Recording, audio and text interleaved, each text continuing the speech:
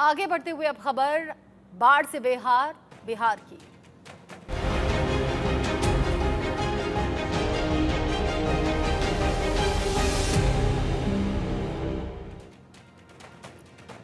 बिहार में बाढ़ से लगातार बर्बादी की तस्वीरें सामने आ रही हैं। नेपाल में हुई भयंकर बारिश और नेपाल से छोड़ा गया पानी बिहार के लिए सिरदर्द को बढ़ा रहा है। और अब सबसे बड़ी बात यह कि बिहार के अलग अलग हिस्सों से जहां पानी भरने की वजह से लोग घर छोड़ने तक के लिए मजबूर हो गए हैं, लोगों के घर डूब गए हैं, वो विभीषिका अब देश भर में चिंता का विषय बनी हुई है। हालांकि नीतीश कुमार कह रहे हैं कि हालात पर नजर है। बिहार में बाढ़ से तबाही बड़ी देखी गई है और बारिश ने तबाही और ज्यादा बढ़ा दी है। मौसम विभाग ने भारी बारिश की चेतावनी भी दी थी। बिहार में बाढ़ से करीब 10 लाख लोग प्रभावित हैं। ये संख्या बढ़ती चली जा रही है। पिछले कुछ दिन में 2 से 3 लाख की संख्या थी, अब 10 लाख से ज्यादा पहुंच गई है। बिहार में बाढ़ से कई जिले प्रभावित नजर आ रहे हैं। भारी बारिश के बाद में कई नदियां उफान पर हैं। नदियों के उफान पर आने से लोगों की परेशानी भी बढ़ गई है। नेपाल से लगातार जो पानी छोड़ा जा रहा है, लाखों क्यूसेक पानी, ये बिहार में चिंता पैदा कर रहा है। भारी बारिश के बाद ये परेशानी और बिहार में बढ़ गई है। यानी कि एक तो नेपाल से छोड़ा गया पानी परेशानी बढ़ाता हुआ, और दूसरी तरफ जिस तरीके से बारिश बिहार में हुई है उससे भी परेशानी कई गुना बढ़ गई है। नेपाल से ये पानी भारी तबाही लेकर आया और फिर बाढ़ ने हालात और ज़्यादा खराब कर दिए। और अब जगह जगह जो तटीय इलाके हैं, जो ग्रामीण इलाके हैं, वहाँ मुसीबत सबसे बड़ी है और लाखों में संख्या पहुँच चुकी है। 10 लाख से ज़्यादा लोग इस वक्त प्रभावित हैं, परेशान हैं। एक्शन में सीएम नीतीश कुमार नजर आ रहे हैं। हवाई सर्वे करने की बात भी कही गई है। हवाई सर्वे से उन इलाकों को देखा जा रहा है जहां पर मदद चाहिए, लेकिन ये मदद अभी इंतजाम नाकाफी साबित हो रहे हैं। एनडीआरएफ, एसडीआरएफ की कई टीमें वहां मौजूद हैं जो लोगों की मदद कर रही हैं। बिहार में बाढ़ बारिश से तबाही बढ़ी हुई है। 10 लाख से ज्यादा लोग प्रभावित हैं। बिहार में बाढ़ से कई जिले ऐसे हैं जो पूरी तरह से प्रभावित नजर आ रहे हैं। भारी बारिश के बाद में कई नदियों में उफान देखा गया है। एनडीआरएफ, एसडीआरएफ की टीमों ने मोर्चा संभाला हुआ है। नेपाल से अभी भी लगातार पानी छोड़ा जा रहा है जो बड़ी तबाही की तरफ इशारा कर रहा है। बिहार जहां पर 10 लाख लोग प्रभावित हैं, आपकी जहां तक नजर जाएगी वहीं वहीं दूर तक आपको सिर्फ पानी नजर आएगा। सैलाब बहता जा रहा है, अपने साथ तबाही लाता जा रहा है। 10 लाख लोग ऐसे हैं जो प्रभावित हुए हैं, अपने घर छोड़कर दूसरी जगहों पर जा रहे हैं। लेकिन सवाल फिर ये कि साल बदलते रहे, सरकार बदलती रही, लेकिन बिहार के ये हालात बदले नहीं।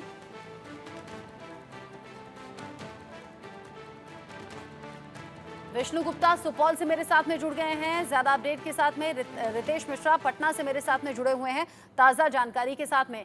सबसे पहले विष्णु, मैं आपका रुख कर लेती हूँ।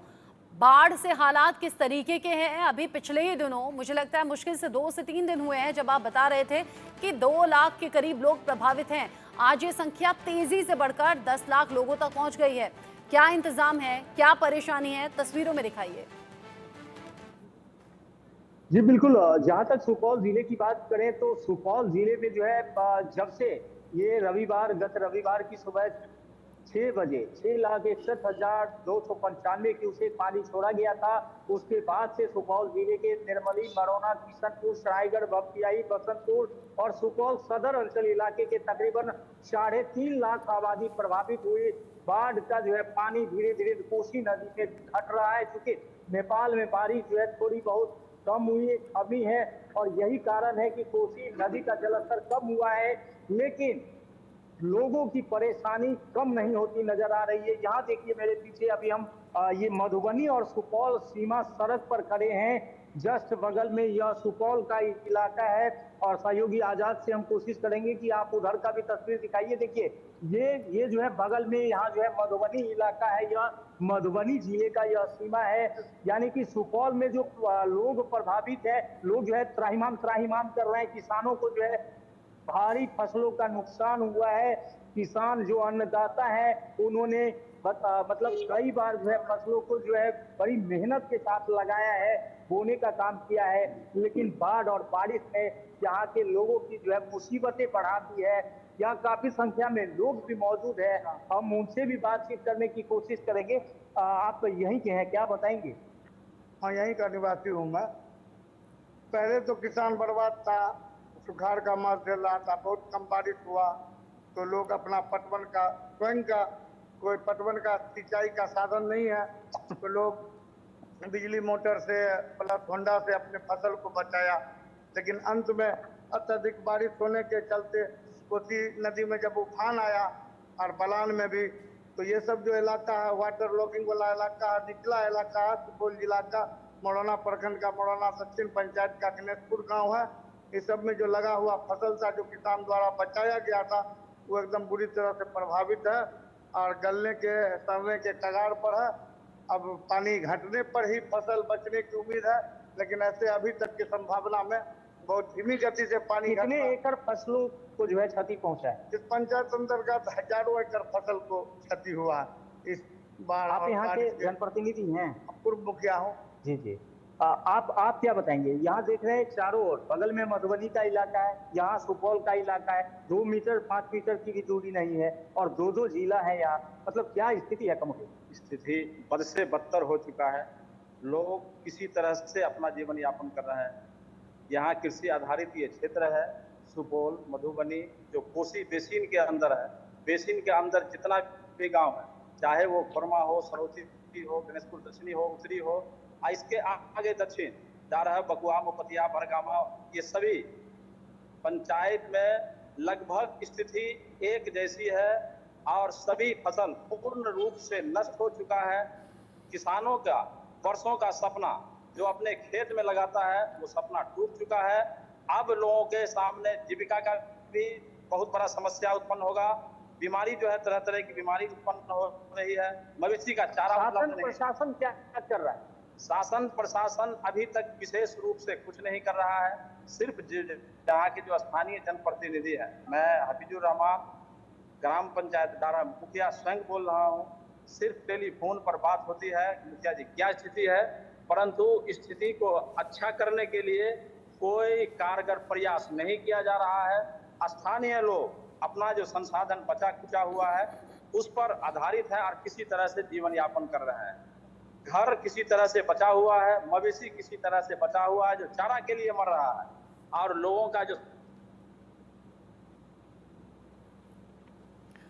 परेशानी यहाँ पर मवेशियों के लिए भी है, परेशानी बड़ी इंसानों के लिए भी है। समझ में नहीं आ रहा कि जाएं कहाँ, कैसे सुरक्षित बच पाएंगे, कैसे जान बचाएंगे। घर बार छोड़ना पड़ रहा है। 10 लाख से ज्यादा लोग प्रभावित हैं। विष्णु आप रहिए मेरे साथ में, रितेश भी मेरे साथ में है। रितेश, हवाई सर्वेक्षण खूब हो रहे हैं, इंतजामों की बात कही जा रही है, लेकिन जो हालात अभी हैं, क्या इंतजाम काफी हैं? अब बिल्कुल देखिए, सबसे बड़ी बात है मुख्यमंत्री नीतीश कुमार लगातार जो बाढ़ग्रस्त इलाके हैं, खासतौर पर जो गंगा नदी के किनारे वाले इलाके हैं, गंडक के किनारे वाले हैं या कोसी नदी के किनारे वाले इलाके हैं, लगातार हवाई सर्वेक्षण वो कर रहे हैं। कल भी उन्होंने हवाई सर्वेक्षण किया। दिल्ली से वापस लौटते ही एयरपोर्ट से ही वो रवाना हो गए और अधिकारियों को उन्होंने दिशा निर्देश दिया है कि जितनी मदद हो सके बाढ़ पीड़ितों को ये की जाए, क्योंकि राज्य के खजाने पर सबसे पहले जो हक है वो आपदा में पीड़ित लोगों का है।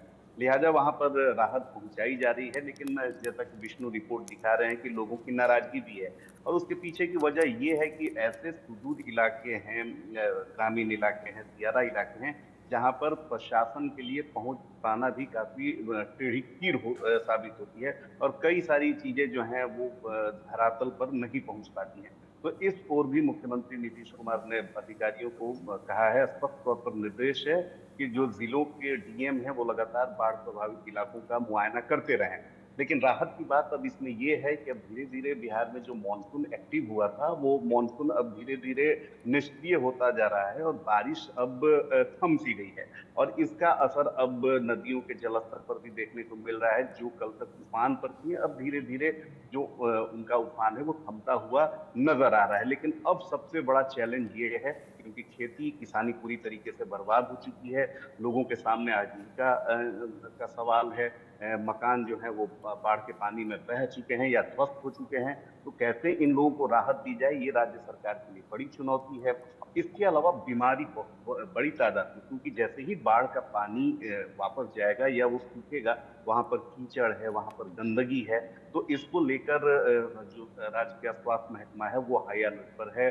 जो सूबे के स्वास्थ्य मंत्री है मंगल पांडे, उन्होंने एक हाई लेवल मीटिंग की और कई सारे जो स्वास्थ्य वैन उन्हें रवाना भी किया गया है बाढ़ प्रभावित क्षेत्रों में, ताकि जाकर लोगों के स्वास्थ्य का वो आकलन कर सके और फौरन जो इलाके, जो बाढ़ प्रभावित इलाके हैं, वहां पर राहत पहुंचाई जा सके। सेफ लेकिन देखिए, शेल्टर होम, बिहार में जो शेल्टर बनाए गए हैं, जो अलग अलग जगह कैंप्स लगाए गए हैं, वहां लोगों को तो ले जाया जाएगा, लेकिन जैसे आपने कहा कि जो खेतों में पानी भर गया, घरों में भर गया, जो वैसे नुकसान हुआ है, क्या उसकी भरपाई के लिए कोई इंतजाम सरकार करेगी? रितेश, बिल्कुल, देखिए, मुख्यमंत्री नीतीश कुमार ने साफ तौर पर स्पष्ट कर दिया है कि राज्य के खजाने पर सबसे पहला हक बाढ़ पीड़ितों का है, या जो भी लोग प्रकृति आपदा से जो परेशान रहते हैं या जो झेलते हैं इसे, उनका हक है। और यही कारण है कि मुख्यमंत्री नीतीश कुमार बार बार अधिकारियों के साथ उच्च स्तरीय बैठक कर रहे हैं।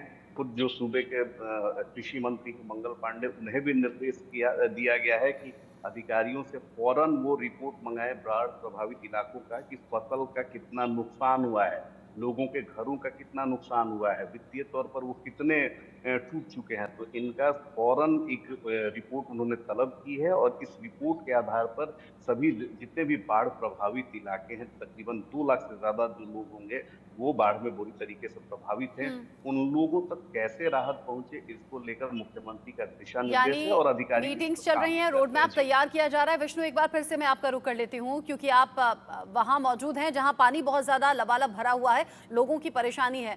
चारों तरफ की तस्वीरें दिखाइए, जो लोग वहां पर मौजूद हैं उनसे बात कीजिए, क्योंकि रितेश बता रहे हैं सरकार नजर रख रही है, इंतजाम कर रही है। लोगों से पूछिए, इंतजामों का फायदा मिल पा रहा है? जी बिल्कुल, देखिए अभी जो हम मौजूद है, यह जो है मतलब सीधी तस्वीर हम दिखा रहे हैं कि ग्राउंड जीरो पर क्या स्थिति है। यहाँ काफी संख्या में लोग भी मौजूद है, उन लोगों से हम एक बार फिर बातचीत करने की कोशिश करेंगे। आप बताएंगे, आप यहाँ के स्थानीय जनप्रतिनिधि है, शासन प्रशासन के द्वारा कहा जा रहा है कि यहाँ सीएम नीतीश कुमार भी जो है हवाई सर्वेक्षण कर रहे हैं, जगह जगह जो है राहत और बचाव का काम तेज कर दिया गया है। यहाँ ग्राउंड जीरो पर क्या सुविधा मिल रही है सरकारी स्तर से? अभी फिलहाल किसी तरह का नहीं कोई सर्वेक्षण हुआ, नहीं किसी पदाधिकारी का दौरा हुआ। परसों अंचलाधिकारी महोदय से हम आग्रह किए थे कि सर हम लोग के यहाँ भी वाटर लॉगिंग और नदी का पानी बढ़ जाने से फसल लगा हुआ बर्बाद हो गया, इसलिए देख के इस इलाका को भी फसल क्षति के लिए रिपोर्ट किया जाए। बोले थे ठीक है, देखो पाएंगे। आप क्या बताएंगे बाबा, आप किसानी करते हैं, किसान हैं? किसान हम लोग का खेती बहुत ज्यादा है, साफ डूबा हुआ है, फसल सब मेरा हल्का नुकसान है। अभी जब 4-5 दिन से डूबा हुआ है, उसका क्या उम्मीद होगा कि नहीं होगा, बहुत बुरी तरीका से फंसा हुआ फसल। कौन कौन सी फसलों को नुकसान? फसल है, सब धाने का भी फसल है, धान की फसल। हाँ हाँ, सब धान। तो देखिए, यहाँ कमोबेश जो भी किसान है या स्थानीय लोग हैं, उन तमाम लोगों का यही कहना है कि जो भी फसलें जो है खेतों में इन्होंने लगाई थी, सारी की सारी फसलें डूबकर बर्बाद हो गई है। एक तरफ सीएम नीतीश कुमार हवाई सर्वेक्षण कर रहे हैं, दूसरी तरफ यहाँ जो है ग्राउंड जीरो पर कुछ एक ऐसे जगह हैं जहाँ लोगों को भारी जो है कष्ट झेलना पड़ रहा है, क्योंकि इन लोगों तक जो है न तो सरकारी स्तर से कोई आला अधिकारी इनकी सूद लेने पहुंच रहे हैं, न ही इन लोगों तक राहत का इंतजाम हो रहा है। और राहत नहीं मिलने के कारण ही ये लोग खासा परेशान है, और अब भी टकटकी लगाए हुए हैं कि सरकारी स्तर से इन तक राहत और बचाव का काम पहुंचे। इनसे बात कीजिए, इनसे पूछिए क्या करेंगे अब क्या करेंगे आप बताइए। अभी जो स्थिति है सब जगह इस तरह की मतलब समस्याएं देखने को मिल रही है, अब क्या करेंगे ऐसे? सरकार कुछ देगा तो कुछ राहत मिलेगा आदमी को, नहीं देने के बाद परेशानी बढ़ा हुआ आदमी सबको बहुत ज्यादा झेल रहा है परेशानी को। अनाज बर्बाद हो जाएगा अगर फसल नहीं होगी, उपज अच्छी नहीं होगी तो लोग खाएंगे क्या? क्या खाएंगे? बहुत ज्यादा कष्ट काटना पड़ेगा आदमी सबको, दुख झेलना पड़ेगा, समझे न, ये हाल है यहाँ देखिए, मधुबनी जिले के सीमावर्ती इलाके से जो है स्थानीय गढ़ा पंचायत बताया जा रहा है। कौन से ब्लॉक में पड़ता है मधुबनी? मधुबनी का मधेपुर का ये। आप वहाँ के स्थानीय वर्तमान मुखिया हैं? जी, मैं डारा ग्राम पंचायत डारा का वर्तमान मुखिया हूँ। क्या स्थिति है? मतलब स्थिति बद से बदतर है। यूं कहा जाए कि सिर्फ थोड़ा थोड़ा कहीं सड़कें जगी हुई है और कुछ मकान जगे हुए हैं, बाकी जो भी संसाधन थे, जो भी कृषि का चीजें थी, अभी धान का फसल है, सब डूब चुका है। मवेशी के लिए चारा तक उपलब्ध नहीं है, मवेशी भूखा है। स्वच्छ जल की समस्या है, शौचालय की समस्या है, विभिन्न प्रकार की समस्या से अभी इलाके के लोग ग्रसित हैं। और कोई चारा नहीं चल रहा है। प्रशासन की जहां तक बात है, प्रशासन का अभी खास तौर से यहाँ कुछ भी ऐसा कार्य नहीं किया गया है जिससे लोगों को राहत यहाँ मिल देखिए सके। सुपौल जिले के भी काफी संख्या में लोग हैं और मधुबनी जिले के भी काफी संख्या में लोग हैं। छोटू कहाँ से हो? जी गणेशपुर गांव से। गणेशपुर। ऐसा बाढ़ देखे थे इससे पहले? इससे पहले ऐसा बाढ़ तो पहले नहीं आया था। वैसे पढ़ाई लिखाई कैसे चल रही है? पढ़ाई लिखाई वो कैसा ना कि बाढ़ आने की वजह से बच्चे लोग मतलब रास्ता पार नहीं कर पा रहे हैं, इसकी वजह से पढ़ाई उन लोगों का मतलब नहीं हो पा रहा है। आप बुजुर्ग हैं, आप बताइए कि इस बार जो बाढ़ मतलब आई, बाढ़ की त्रासदी लोगों ने झेल भी रहे हैं, कैसा बाढ़ था इस बार? बाढ़ जो है अपने लाख में नहीं देखा। क्या करता है? उम्र क्या रही होगी आपकी? मेरी उम्र 65 साल। तो देखिए ये 65 वर्षीय बुजुर्ग है, इनका कहना है इस बार जो इस इलाके में जो है बाढ़ आया, इससे पहले इन लोगों ने ऐसा बाढ़ नहीं देखा था। भारी तबाही हुई है, भारी क्षति पहुंची है, लेकिन इन लोगों की जो परेशानी है कम होती नजर नहीं आ रही है। इधर सुपौल जिले के निर्मली, मरौना, किशनपुर, सरायगढ़, भपटियाही सहित सुपौल सदर और अन्य इलाके में कोसी तटबंध के भीतर सुपौल डीएम कौशल कुमार के नेतृत्व में विभिन्न स्थानों पर कम्युनिटी किचन खोले गए हैं। बाढ़ से पीड़ित लोगों के बीच सूखा राशन भी बांटे जा रहे हैं। खास तौर पर सुपौल जिले के विभिन्न इलाकों में सूबे के ऊर्जा मंत्री विजेंद्र प्रसाद यादव के नेतृत्व में भी बड़ा पहल करी जा रही है, बड़ी पहल हो रही है। और कल जो है निर्मली विधायक अनुरुद्ध प्रसाद यादव ने भी बाढ़ग्रस्त इलाके का जायजा लिया है। बताया यह भी गया कि जो भी बाढ़ पीड़ित परिवार के लोग हैं उन तमाम लोगों तक सरकारी स्तर से मिलने वाली राहत सामग्री पहुंचेगी। और लोगों ऐसे को आश्वासन तो बहुत दिए जा रहे हैं, लेकिन तरीके बहुत से ऐसे लोग हैं जहां किसी तरह की कोई मदद अब तक पहुंची नहीं है। और मुझे लगता है जब इतनी बड़ी संख्या में लोग प्रभावित हो तो ये संभव हो भी नहीं सकता रितेश। लेकिन परेशानी इस बात की भी है कि नेपाल से जो पानी छोड़ा गया वो लगातार अभी भी जारी है, अभी भी छोड़ा जा रहा है। ऊपर से बिहार में हुई भारी बारिश ने परेशानी और ज्यादा बढ़ा दी। अब बिल्कुल देखिए, सबसे बड़ी बात है कि ये दो देशों का मामला है, ऐसा नहीं है कि बिहार और सिर्फ नेपाल का बात है। और इसमें दोनों देशों के जो प्रतिनिधि हैं उनके बीच पिछले 5 साल से लगातार हम लोग सुन रहे हैं कि कई सारी बातें हो गई हैं, कई सारे चीजों पर सारी जो डॉक्यूमेंट्स है उस पर साइन भी हुई। कहा तो ये तक गया था कि बिहार में सभी नदियों को आपस में जोड़ दिया जाएगा, बाढ़ की स्थिति नहीं होगी। लेकिन ये सारी चीजें जो हैं वो ऑन पेपर ही होती हैं। बिहार के लोगों ने मान लिया है, 20 जिलों के लोगों ने मान लिया है कि ये उनकी नियति है, उनका भाग्य है। हर साल वो बाढ़ में ऐसे ही वो परेशान और तबाह होंगे, बर्बाद होंगे। फिर सरकारी मुआवजा का उन्हें राहत और मरहम लगाया जाएगा। ये नियति मान लिया है बाढ़ प्रभावित इलाके के लोगों ने। क्योंकि आप देखिए कि मैं पुराने जितने भी नेताओं के, चाहे वो कोई भी मुख्यमंत्री रहा हो, वो कोई भी आपदा प्रबंधन विभाग का मंत्री रहा हो, वो केंद्रीय मंत्री रहा हो, वो हर साल यही बयान देते हैं कि अगले साल बिहार में बाढ़ नहीं आएगी, अगले साल बाढ़ नहीं आएगी। नेपाल से बात हो रही है, लेकिन ये बात कितने समय तक होगी? दशकों तक सिर्फ बात ही हो रही है, लेकिन निकलता कुछ नहीं है। रिजल्ट धरातल पर जीरो दिख रहा है, क्योंकि बड़े बड़े नेताओं ने बड़े बड़े वादे किए, लेकिन आज तक ऐसा कुछ होता हुआ दिखाई नहीं दिया। क्योंकि 2-3 साल पहले पहल की गई थी। साल बदल गए, सरकार बदल गई, नहीं बदले बिहार के हालात। और यही बिहार वालों की परेशानी है जिसकी शिकायत बार बार की जा रही है। बहुत शुक्रिया आपका रितेश, और साथ ही साथ विष्णु, ये सभी जानकारी हमारे दर्शकों तक पहुंचाने के लिए।